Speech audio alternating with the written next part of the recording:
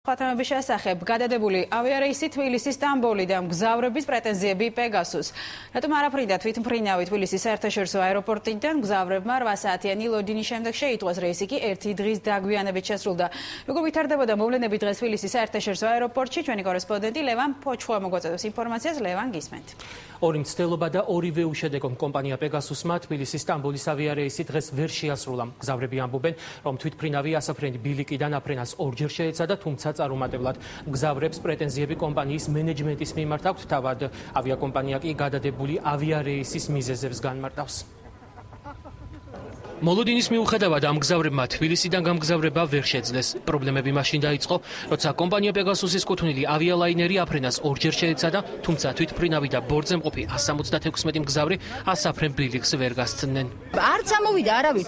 იმ კაცმა ის თქვა, რაც უთხრეს.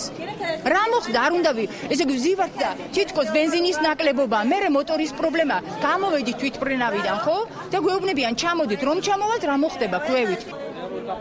მგზავრები ამბობენ, რომ ბორტი ისე დაატოვებინეს, რეალური მიზეზი, რატომ არაფრინდა თვითმფრინავი მათთვის არავის უცნობებია. მგზავრებს პრეტენზიები კომპანია პეგასუსის მიმართ არამხოლოდ ინფორმაციის შეზღუდვაში, არამედ მომსახურებაში აქვთ. ყურადღება არანაირი არ იყო, წყალიც არ დაგვირიგეს ელემენტარულად და ფრენა ორჯერ გადაიდო. რაღაც აბსურდული მიზეზი გითხრეს, რომ საწვავით უნდა შევსებულიყო, მგზავრებით ვიყავით სავსე, მე მგონი ესე არ უნდა მომხდარიყო.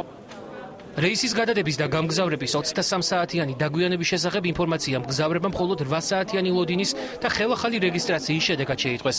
რეისის გადადების გამო პრობლემები შეექმნა ამ ქალბატონს, რომელიც შვილის სამკურნალოდ სტამბოლის გავლით გერმანიაში მიემგზავრებოდა. შეხვედრაზე დააგვიანდა სალომე ზურაბიშვილსაც.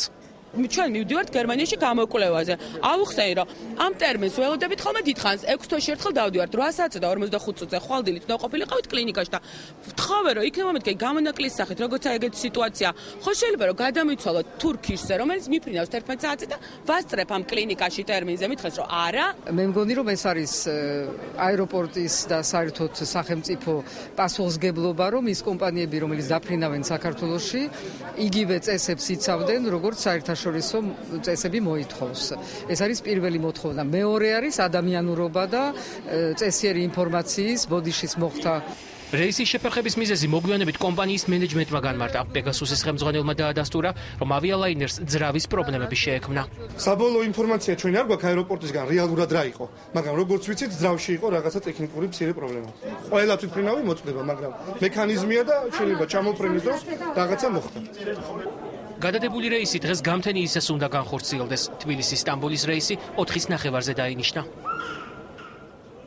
კომპანიის მენეჯმენტის გადაწყვეტილებით მგზავრები რეისის შესრულებამდე სასტუმროებში განათავსეს. ქრონიკა დაინტერესდა, რა შემთხვევაში ეკისრება პასუხისმგებლობა ავიაკომპანიას, რომ გაუთვალისწინებელ შემთხვევაში მგზავრებზე ეზრუნოს. ჩვენ გავეცანით სამოქალაქო ავიაციის სააგენტოს დირექტორის გამოცემულ ბრძანებას, რომელიც 2012 წლის 17 ივლისით თარიღდება. აქ საუბარია, რომ ავიაკომპანია ვალდებულია ფრენის გაუქმების შემთხვევაში ინფორმაცია მიაწოდოს მგზავრებს და მათთვის სასურველი მისაღები ვარიანტები შესთავაზოს, გარდა იმ შემთხვევებისა, როცა ფრენები გაუქმებულია განსაკუთრებული ვითარების გამო, რომელიც თავიდან აცილება შეუძლებელია საჭირო ზომების მიღების მიუხედავად. ასევე მგზავრს, რომელსაც ფრენა გაუქმდა, უფლება აქვს მიიღოს ბილეთის ღირებულება, ანაზღაურება ან შეიცვალოს ფრენის მარშრუტი.